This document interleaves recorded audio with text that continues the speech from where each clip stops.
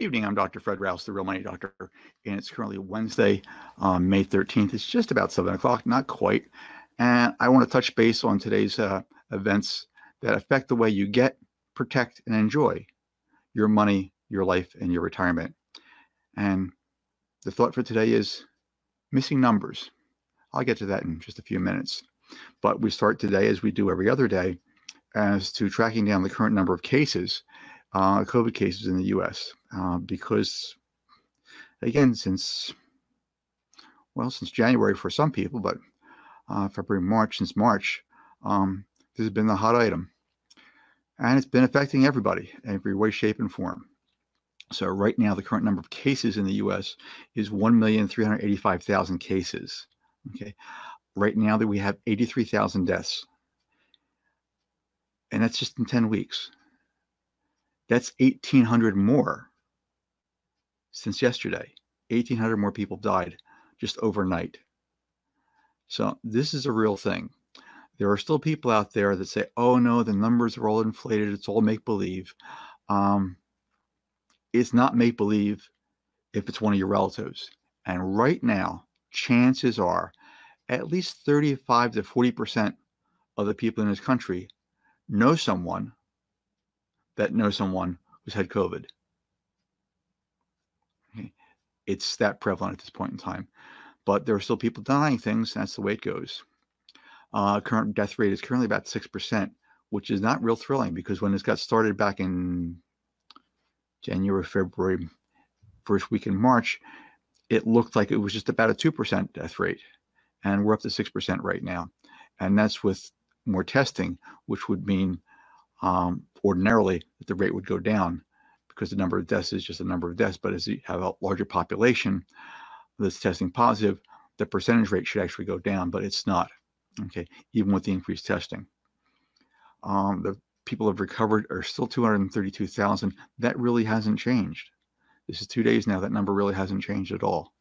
And that's basically 16% of the total cases. New York State still has 340,000 cases right now, over 340,000 cases. And overnight, they picked up another 2,100 cases, just overnight. The deaths in New York State are at 27,000 right now. So last night, from yesterday to today, they picked up another 184 cases, 184 deaths. People have died in New York State from COVID just last night, last 24 hours.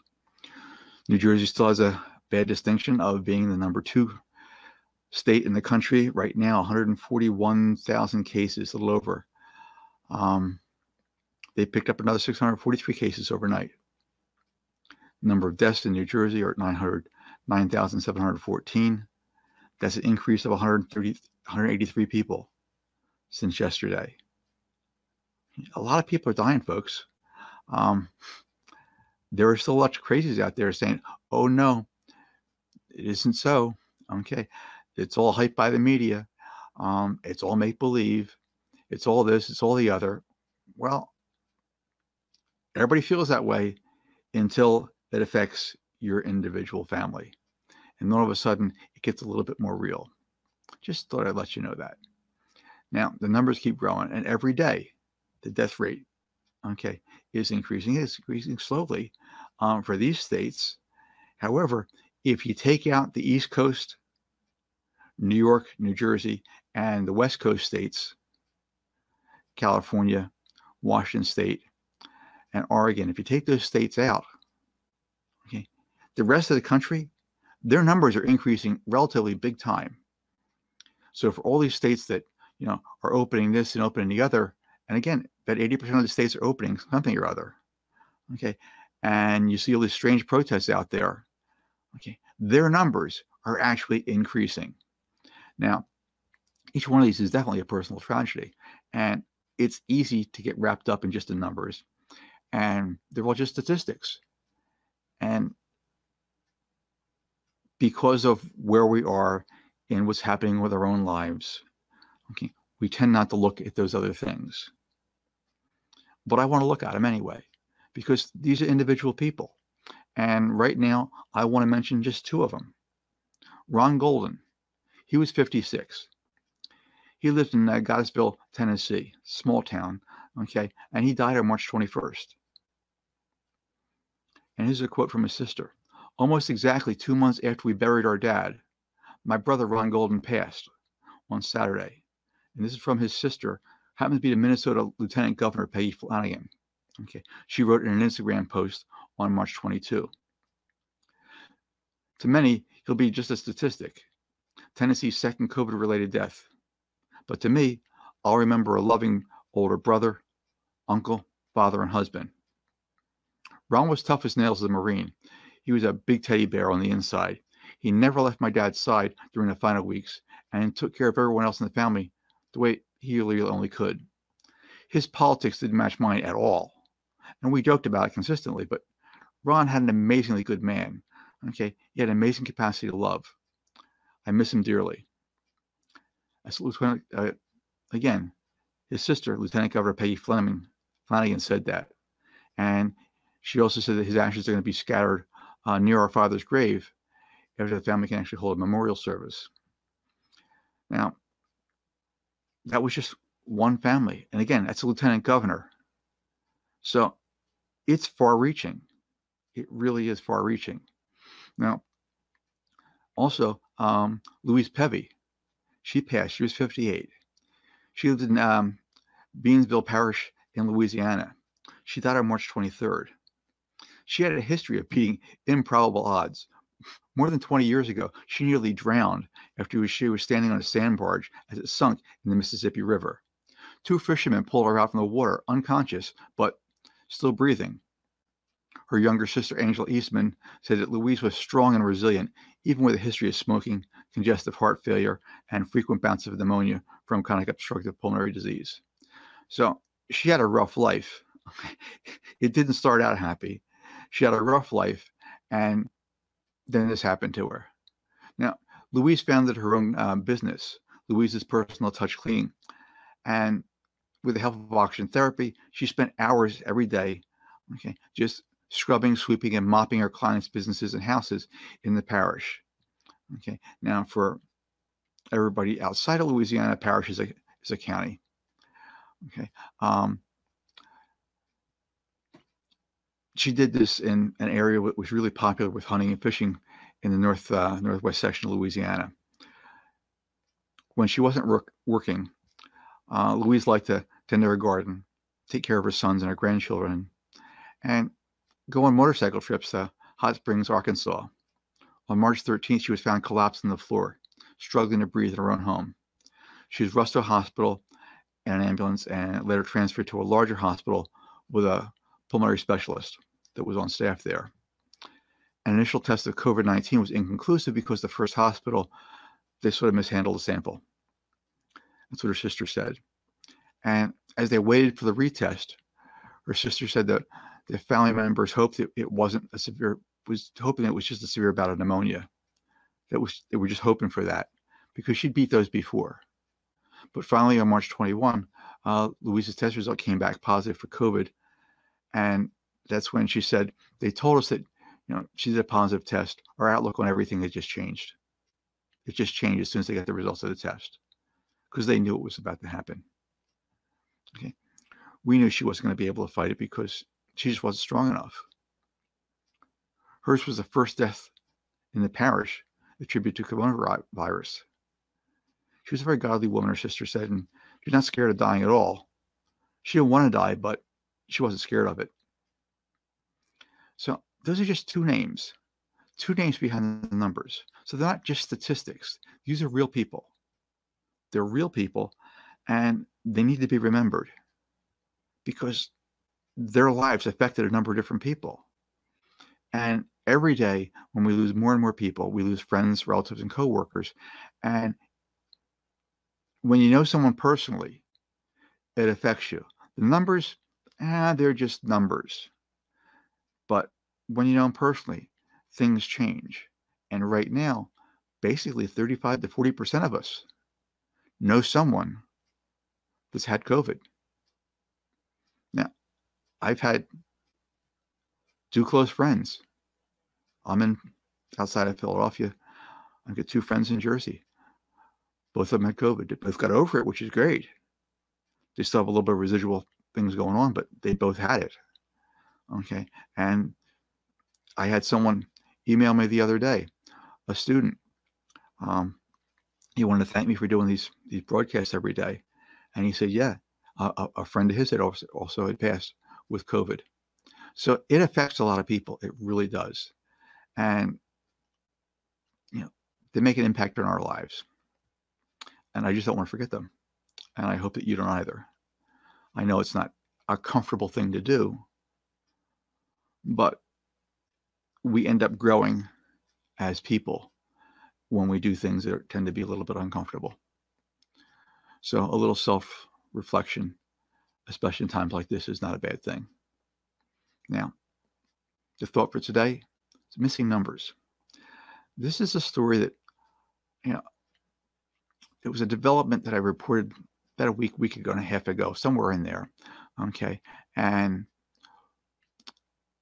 for weeks now, people in rural communities in Nebraska, they started charting the rise of coronavirus cases in the state's several meatpacking plants. And I talked before about the meatpacking plants.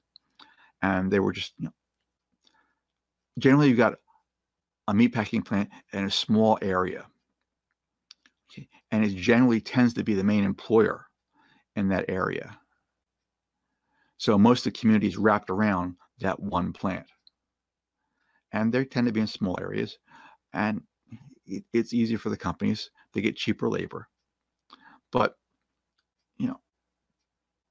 in Nebraska, they were keeping track of these numbers as these cases started rolling in. First, there's just a handful of cases, and then there are many more. And then as the week of May came on, first week of May, public health officials started reporting 96 people at the Tyson plant in Madison, 237 people at the JBS plant in Grand Island, and 123 people coming out of Smithville plant in Crete. Okay. There were other cases around the state, but the counts were climbing, and at least 3 were reportedly dead from all those things. Now, the numbers just stopped. They just stopped. Out of nowhere, they just stopped. Strange things happen. In a change that initiated last week, Governor Pete Ricketts announced at a news conference that the state health officials would no longer share figures about how many workers have been infected at each plant. The big companies weren't sharing the numbers either, creating a silence that leaves workers and their families and the rest of the public blind to the severity of the cases at each plant. What are you hiding? Said Vimay, a granddaughter, because her grandfather died of coronavirus in a hospital. After being exposed to her aunt and uncle, who both were employed at the Smithville plant in Crete. If essentials workers are being treated fairly and protected at meat packing plants, why aren't we all allowed to know what the numbers are? Around the United States, meat packing plants have been associated with some of the worst outbreaks in the pandemic. Of the 30 counties in the United States with the highest per capita prevalence of COVID, last week, 10 are major homes to meat packing plants. Of the 30 counties, 4 are in Nebraska. These are the same meat processing plants that the president used the Defense Production Act and ordered them to remain open, even as COVID cases rose disproportionately to the rest of the surrounding areas. Now, company officials declined, of course, to share the numbers, citing privacy concerns and the fast-moving nature of the virus. They note that, they're implementing worker protections at their plants. But workers and advocates say without knowing how many infections have occurred at a plant, it's impossible to know how effective any such, precautions may have been. Now, Governor Ricketts is taking steps to conceal the testing results, from the communities and the workers that need it the most. This is the wrong decision at the wrong time, said Mark Lorenstein of the United Food Workers and Commercial Workers Union, that represents most, of the meatpacking plants. And in a statement, he said, workers and communities and companies all deserve the information so that we can make essential workers as safe as possible. Transparency and honesty builds trust, ensures safety, and helps keep the food system functioning. Okay, that's what Rick had said last week. Now, right now, there's 1,000 workers, a little over 1,000 workers at meat processing plants that have tested positive for COVID.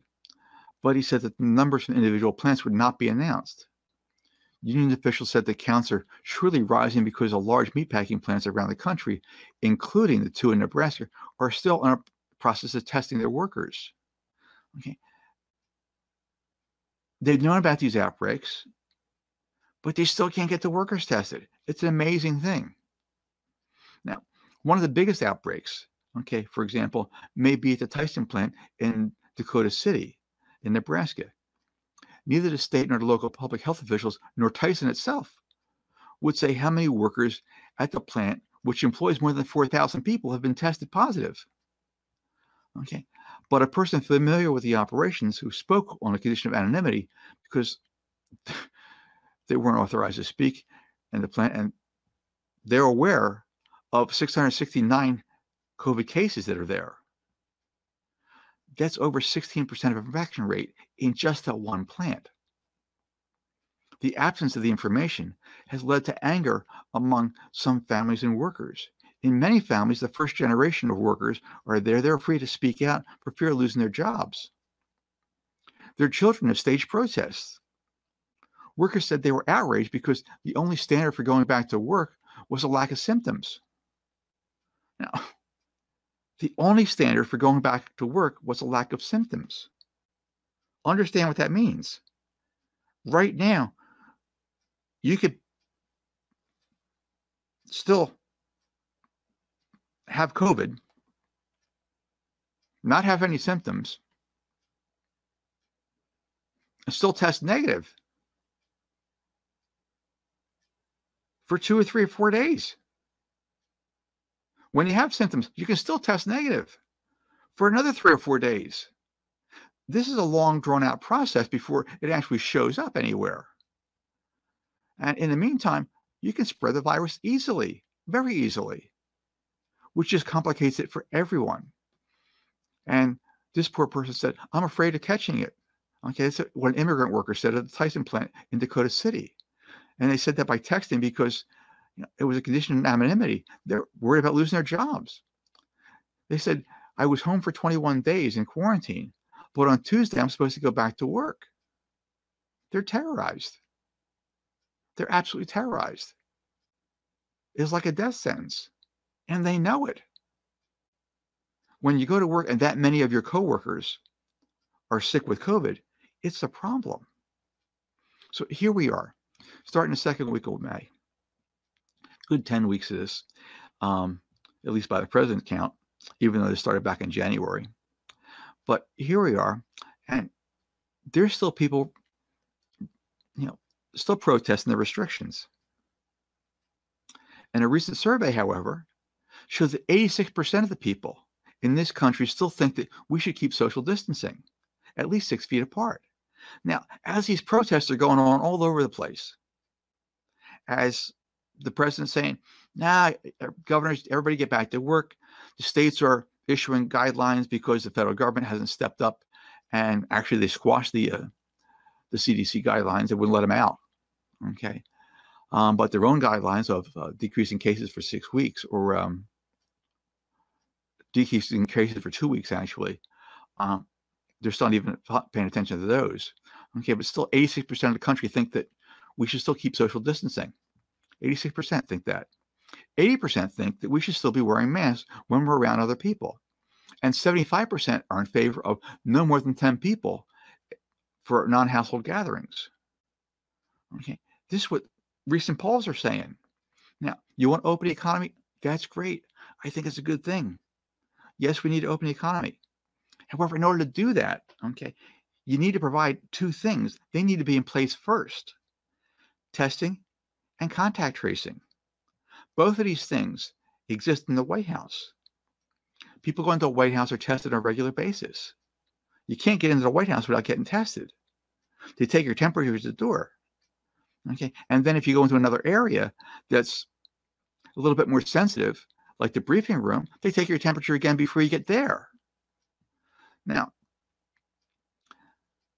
the president and the vice president are currently being tested every day. 2 staffers came up positive last week. Okay. And an amazing amount of contact tracing took place at that point in time.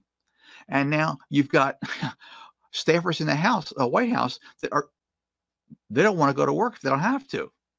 They want to try and stay at home. Now at the White House, everybody wearing masks, except for the president, of course. Okay. But all the briefings, okay, all the conferences, all the presidential briefings, all the fake news coming out of the White House says that, they're doing all these testing. Well, if you can get a test, that's great. Very few people actually can. Unless you're showing symptoms, you probably can't get a test at all. And right now in the United States, we've only tested roughly 2.8% of the population. We're only right now doing 300,000 tests a day. Now, they're talking about these great numbers, but they're not there. They're talking about all the things they're going to do. What had they done since January when they knew about it, since March when they decided that it might actually be serious? Now, we don't have the tests. There is still no cohesive contact tracing in the United States at any place, at any time. Now, this should be a federal thing. You need an army of contact tracers. But the same way that the president just sat back, okay, and let the states try and get their supplies and get their testing, and that was a disaster, still a disaster to this day, okay? The states are taking the lead and putting their own people in place and trying to get their own groups of people to do contact tracing, because you need the contact tracing. You can't do anything without that, okay? If you want to open things up, that's great. But right now, there's no treatment for COVID. There's no vaccine for COVID. And there are still crazies that, to their core, believe this is all just a media scare. And no matter what you say, okay, they're getting tested every day in the White House. They require masks. They're enforcing social distancing, and they're doing contact tracing in the White House. But why can't it happen everywhere else? Why is everywhere else it's all make-believe? But if you're in a White House, they're taking it serious now. What a surprise, because it hit their door. Keep your eye on the ball, folks. Okay, don't get distracted with all the side issues that keep coming up, get thrown out every day. Protect yourself, protect your children, protect your family. Pay attention to how the president actually acts when COVID is in his house. It's considerably different than what he's telling you and I to do. Now, I'm Dr. Fred Rouse, the Real Money Doctor. My only goal is to help you get, protect, and enjoy your money, your life, and your retirement. I do these broadcasts every day, just around 7 o'clock, and I appreciate you spending time with me. Look forward to seeing you again tomorrow around 7. But keep track of what's happening. Protect yourself and protect your family. Okay? And hopefully I will be able to see you again tomorrow, and look forward to that then. Thank you.